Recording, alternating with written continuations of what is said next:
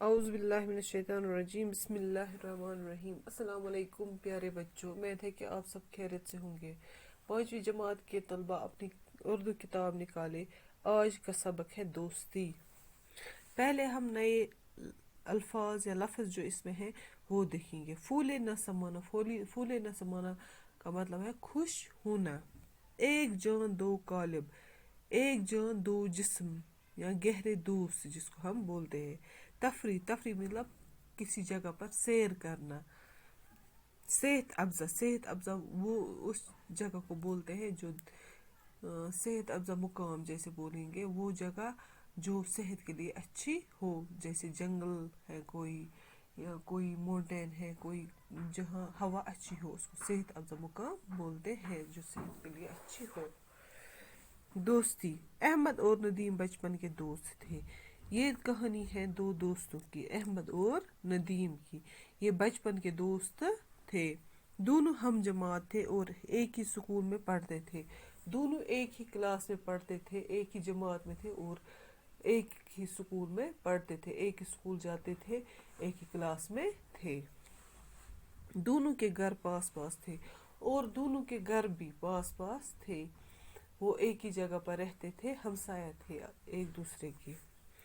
School بھی ایک ساتھ جاتے تھے۔ صبح جب وہ اسکول کے لیے تیار ہو جاتے تھے پھر ایک ساتھ اسکول جاتے تھے۔ جیسے آپ کا کوئی دوست ہے جو آپ کا ہمسایہ ہے تو اسکول بھی وہ ساتھ ساتھ جاتے تھے۔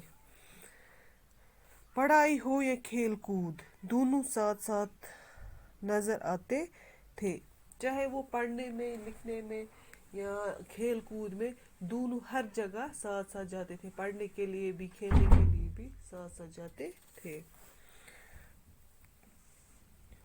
وقت گزرنے کے ساتھ ان کی دوستی گہری ہوتی، جتنا وقت گزرتا گیا، جتنے یہ بڑے ہوتے ان کی دوستی بھی گہری ہوتی گئی۔ گرمی کے دن تھے، اس کا پروگرام بنا۔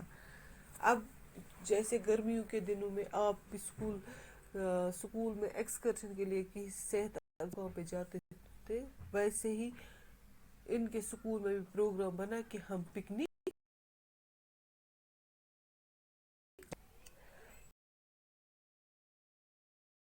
خوشی پھولے نہ سمائے۔ جب بچوں کو پکنک کے لیے جانا ہے، ایکسکرشن کے لیے جانا ہے سے پھولے نہ، وہ خوشی سے جھوم اٹھے۔ پکنک کی تیاریاں زور و شور سے شروع ہوئی۔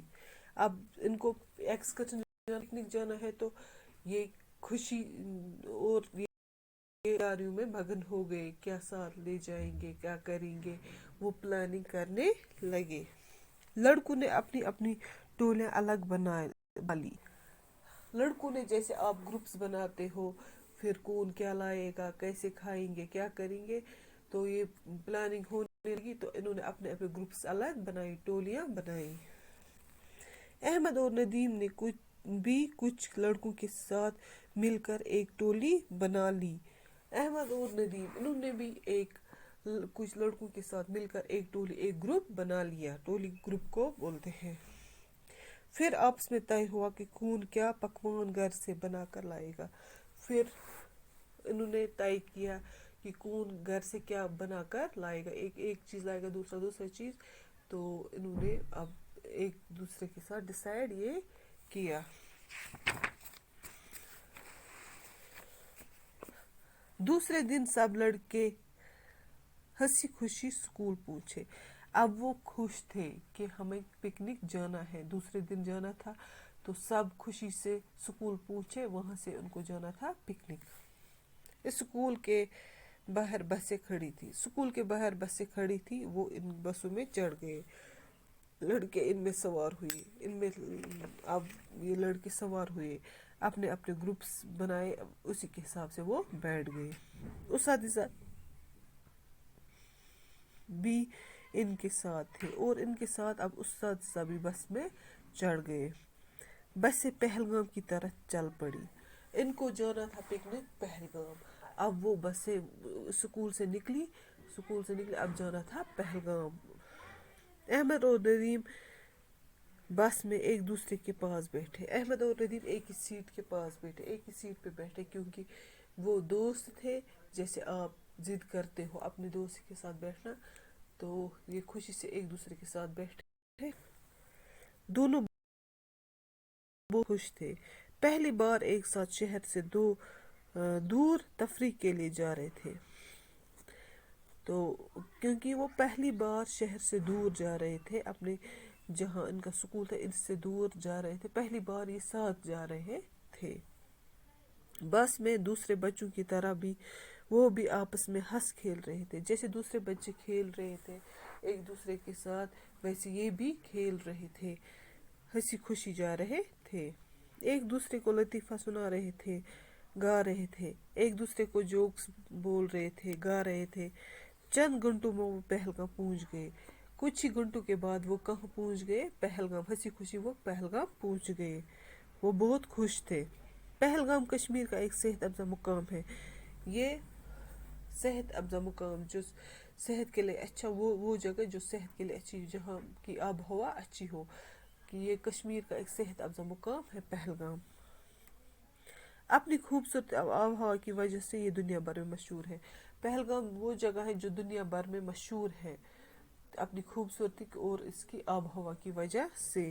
احمد اور ندیم نے پہلگام کے بارے میں سنا تو تھا، لیکن آج پہلی بار وہ اپنی آنکھوں سے دیکھ رہے تھے۔ تو احمد اور ندیم نے بھی سنا تھا پہلگام کے بارے میں، نام سنا تھا لیکن کبھی گئی نہیں تھے۔ یہ پہلی بار گئے تو انہوں نے اپنی آنکھوں سے دیکھا تھا کہ پہلگام کیسی جگہ ہے۔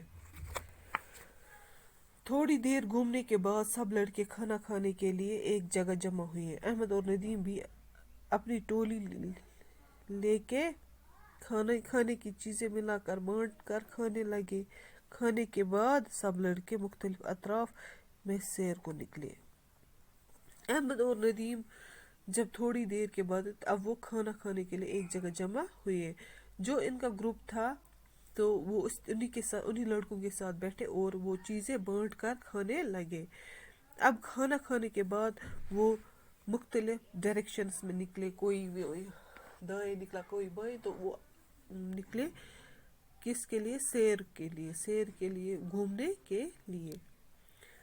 کچھ لدر نالے کے کنارے کی طرف چل پڑے، کچھ بازار کی جانب گئے اور کچھ لڑکے جنگل کی سیر کو گئے۔ کچھ لڑکے لدر نالے، وہاں ایک نالا ہے اس کو لدر نالا بولتے ہیں، اس کے کنارے چلے گئے، کچھ بازار کی طرف کچھ خریدنے کے لیے گئے، کچھ جنگل کی طرف چل پڑے۔ احمد اور ندیم بھی جنگل کی طرف نکل گئے۔ احمد اور ندیم جو تھے وہ جنگل کی طرف نکل پڑے۔ راستے میں اونچے اور گھنے پیڑ تھے۔ راستے میں جب انہوں نے دیکھا اونچے گھنے پیڑ تھے، بڑے بڑے پیڑ تھے، ارد گرد کا نظارہ بے حد خوبصورت اور دلکش تھا۔ یہ دیکھ رہے تھے جنگل یہ تو ان جو ارد گرد کا نظارہ تھا، آس پاس کا نظارہ تھا، وہ بہت دلکش، دل کو لبانے والا، خوش کرنے والا نظارہ تھا اور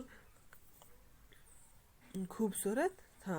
احمد اور ندیم ایک دوسرے کا ہاتھ تھامے ساتھیوں کو پیچھے چھوڑ کر آگے نکل گئے۔ احمد اور ندیم، ان کو خیال ہی نہیں رہا، یہ ایک دوسرے کا ہاتھ پکڑ کر آگے چل پڑے۔ جو ان کے باقی دوست تھے وہ پیچھے ہی رہ گئے۔ انہیں اس بات کا خیال نہیں رہا کہ وہ گھنے درختوں اور جھاڑیوں میں گزرتے ہوئے بہت دور نکل گئے۔ اچانک انہیں ایک خوفناک آواز سنائی دی، تو انہیں یہ بھی خیال نہیں رہا کہ وہ بہت دور نکل پڑے، تو اچانک ان کو ایک خوفناک آواز، ڈرانے والی آواز سنائی دی۔ جنگل کی خاموشی میں اس آواز نے دونوں کو ڈرا دیا۔ جنگل کی خاموشی تھی تو یہ دونوں ڈر گئے جب انہوں نے یہ خوفناک آواز سنی۔ اتنے میں احمد کو تھوڑے ہی فاصلے پر ایک ریچھ نظر آیا۔ تو احمد کو جب یہ چل رہے تھے اس کو ایک ریچھ نظر آیا۔ ریچھ ان کی طرف آ رہا تھا، انہی کی طرف آ رہا تھا، احمد اور ندیم کی طرف۔ احمد نے ندیم کا ہاتھ فوراً جھٹک دیا اور پھرتی سے ایک پیڑ پر چڑھ گئے۔ احمد نے جیسے ریچھ کو دیکھا، اس نے اس کا ہاتھ چھوڑا، جھٹک کے چھوڑا، کس کا؟ ندیم کا، اور وہ تیزی سے ایک پیڑ پر چڑھ گیا، ندیم کو وہی چھوڑ کر۔ ندیم نے جب ریچھ کو اپنی طرف آتے دیکھا تو اس کے منہ سے چیخ نکل گئی۔ جب ندیم وہ نیچے ہی تھا، جب اس نے ریچھ کو اپنی طرف آتے ہوئے دیکھا تو اس کے منہ سے چیخ، وہ چلانے لگا۔ اس نے احمد کو پکارتے ہوئے کہا، احمد مجھے بچاؤ، مجھے پیڑ پر چڑھنا نہیں آتا۔ اس نے احمد کو پکارا کہ مجھے بچاؤ، احمد مجھے بچاؤ، مجھے اس کو پیڑ پر چڑھنا نہیں آتا تھا۔ ندیم کو، یہ اس کا دوست تھا۔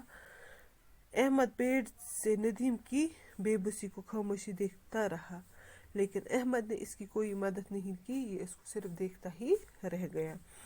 ندیم کو گھبراہٹ میں کچھ اور نہ سوجا، وہ زمین پر لیٹ گیا۔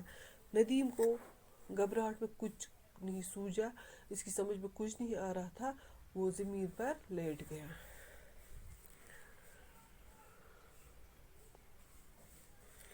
آنکھیں بند کر کے اپنی سانسیں روک لی۔ اس نے اپنی آنکھیں بند کر لی اور سانسیں روک لی۔ ایسا لگ رہا تھا جیسے وہ مردہ ہو۔ تو یہ زمین پر لیٹ گیا، ایسے لگ رہا تھا، اس نے اپنی آنکھیں بھی بند کر دی، سانسیں بھی روک دی، ایسا لگ رہا تھا وہ مردہ ہے۔ ریچھ نے قریب آ کر ایک لمحے کے لیے اسے سونگا اور آگے بڑھ گیا۔ ریچھ جب قریب آ گیا تو اس نے اس کو سونگا، اسے لگا یہ مردہ ہے اور وہ آگے بڑھ گیا۔ تھوڑی دیر کے بعد ندیم نے ادھ کھلی آنکھوں سے دیکھا کہ ریچھ جا چکا ہے۔ ندیم نے اب آدھی آنکھیں کھولی تو اس نے دیکھا کہ ریچھ جا چکا ہے۔ اس کی جان میں جان آ گئی، اس کی جان میں جان آ گئی۔ جان میں جان آنا مطلب خوش ہونا۔ اس کو ایک تسلی مل گئی کہ ریچھ جا چکا ہے۔ وہ کپڑے جھاڑتے ہوئے اٹھ کھڑا ہوا اور احمد کی طرف دیکھنے لگا۔ تو اس نے اپنے کپڑے صاف کیے کھڑا ہو کے، تو وہ احمد کی طرف دیکھنے لگا۔ احمد کی بے وفائی سے اسے بہت دکھ ہوا، کیونکہ احمد نے اس کی کوئی مدد نہیں کی، تو اسے بہت دکھ ہوا، کیونکہ اس کا دوست تھا، اس کا فرض بنتا تھا اس کی مدد کرے۔ اسے یہ توقع نہیں تھی کہ احمد مصیبت کی گھڑی میں اسے اکیلا چھوڑ دے گا۔ اسے یہ امید ہی نہیں تھی کہ احمد اسے اکیلے چھوڑ دے گا۔ احمد نے جب دیکھا کہ ریچھ جا چکا ہے تو پیڑ سے نیچے اتر گیا اور ندیم سے کہنے لگا۔ احمد نے جب دیکھا ریچھ جا چکا ہے، وہ بھی پیڑ سے نیچے آ گیا اور اب وہ ندیم سے باتیں کرنے لگا۔ شکر ہے کہ بچ گئے، اللہ کا شکر ہے کہ ہم بچ گئے، لیکن یہ بتا ریچھ تمہاری کان میں کیا کہہ رہا تھا؟ ندیم مسکرا کر بولا۔ ندیم کو ایک مسکرا تو اس نے بولا، ریچھ مجھ سے کہہ رہا تھا دوست وہی ہے جو مصیبت میں کام آئے۔ تو ریچھ نے مجھے بولا کہ دوست وہی ہوتا ہے جو مصیبت میں کام آئے۔ اس کہانی سے ہمیں یہی سبق ملتا ہے، دوست جو مصیبت میں کام آئے اسی کو ہم دوست بولتے ہیں۔ جو لالچی ہو اس کو ہم دوست نہیں کہہ سکتے ہیں۔ جیسے احمد یہاں خود غرض نکلا، وہ خود پیڑ پر چڑھ گیا لیکن ندیم کو نیچے ہی چھوڑ دیا۔ آج کا سبق یہی تک ہے۔ اللہ حافظ۔